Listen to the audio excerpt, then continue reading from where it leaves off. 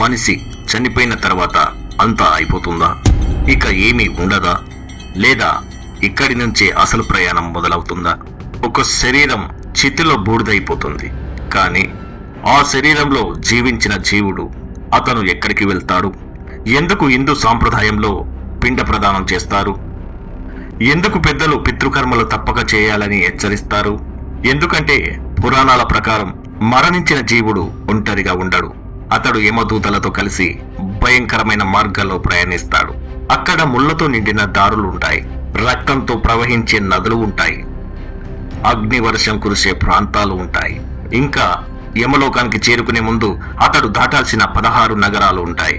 ఒక మనిషి చివరి శ్వాస తీసుకున్నాడు, కుటుంబ సభ్యులు ఏడుస్తున్నారు, కానీ ఆ మనిషి మాత్రం తన శరీరాన్ని వదిలి బయట నిలబడి తన వారిని చూస్తున్నాడు. నేను ఇక్కడే ఉన్నాను అని అరుస్తున్నాడు, కానీ ఎవరికి వినిపించదు. అప్పుడు ఆకాశం నల్లగా మారుతున్నట్లుగా అనిపిస్తుంది. చీకటి మధ్య నుంచి భయంకరమైన 2 రూపాలు బయటకు వస్తాయి. వారి కళ్ళు అగ్నిలా మండుతున్నాయి, చేతుల్లో ఉక్కు గొలుసులు. అవే యమదూతలు. ఓ జీవ, భూమిపై నీ సమయం పూర్తయింది, మాతోలా. లేదు, నేను ఇంకా చనిపోలేదు.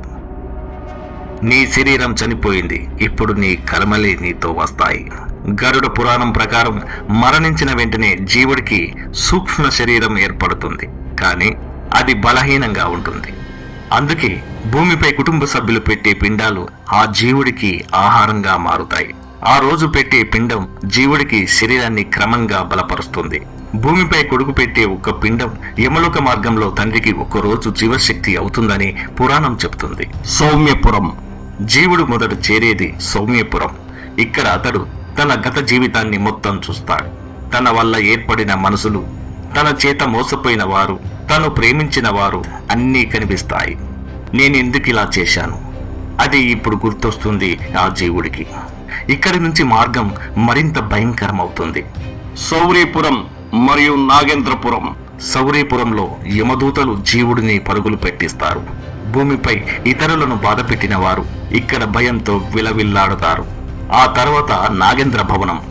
ఇక్కడ వేలాది విష సర్పాలు. ప్రతి పాపం ఒక విష సర్పంలా జీవుడిపై పడుతుంది. గంధర్వ పట్టణం. ఇది ఒక విచిత్రమైన నగరం. ఇక్కడ జీవుడికి తాను పొందలేకపోయిన సుఖాలు కనిపిస్తాయి.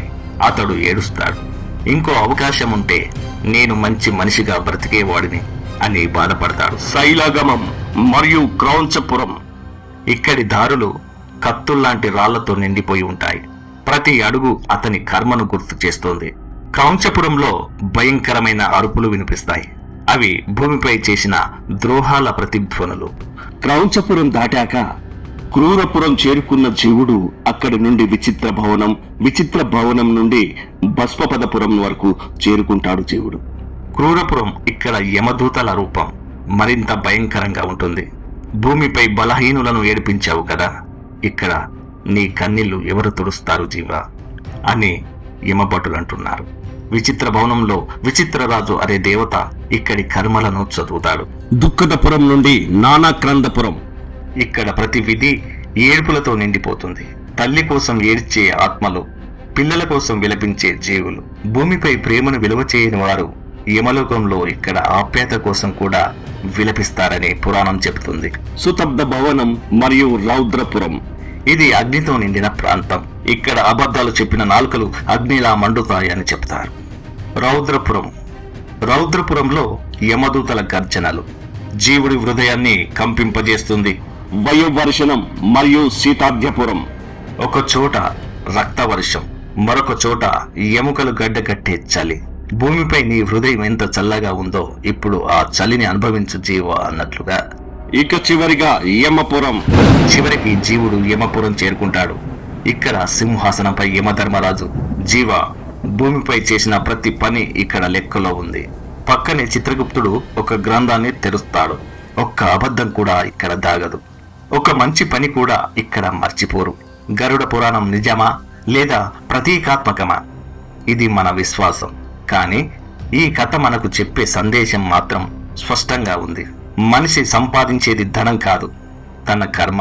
చనిపోయిన తర్వాత మన వెంట వచ్చేది ఒక్కటి మాత్రమే, మనం చేసిన మంచి లేదా చెడు. జీవితం మనకు శాశ్వతం కాదు. ఈ రోజు మనతో ఉన్నవారు రేపు ఉండకపోవచ్చు. మనం సంపాదించిన ధనం మనతో రాదు. మన అందం, మన శరీరం, మన అహంకారం ఏది శాశ్వతం కాదు. చివరి ప్రయాణంలో తోడు కాదు. కానీ మనం చేసిన కర్మ మాత్రం నీడలా వెంట వస్తుంది. గరుడ పురాణం చెప్పిన ఈ యమలోక ప్రయాణం నిజమా, ప్రతీకమా? అది ఎవరి విశ్వాసం వారిది. కానీ ఈ కథ మనకు చెప్పే గొప్ప సత్యం ఒక్కటే: బతికున్నప్పుడే మనుషులను ప్రేమించాలి, తల్లిదండ్రులను గౌరవించాలి, ఎవరిని బాధ పెట్టకూడదు. ఎందుకంటే చివరికి మన పేరు కాదు, మన కర్మే తీర్పు చెబుతుంది. ఈ కథ మీ హృదయాన్ని తాకి ఉంటే, మీకు కొత్త ఆలోచన కలిగించి ఉంటే ఈ వీడియోకి ఒక లైక్ చేయండి. ఇలాంటి పురాణ రహస్యాలు, యమలోక కథలు, ఆధ్యాత్మిక మిస్టరీలు, ఇంకా మనసును కదిలించే కథల కోసం ఇప్పుడే మన చిత్రకళ లోకం ఛానల్ని సబ్స్క్రైబ్ చేసుకుని పక్కనే ఉన్న బెల్ ఐకాన్ని ప్రెస్ చేయండి. ఎందుకంటే మీరు మిస్ అయ్యే తదుపరి కథ మీ జీవితాన్ని మార్చవచ్చు. మరో అద్భుతమైన వీడియోతోనే మళ్ళీ కలుస్తాను. నమస్తే, మీ గణేశ్వర్ వెంగళ.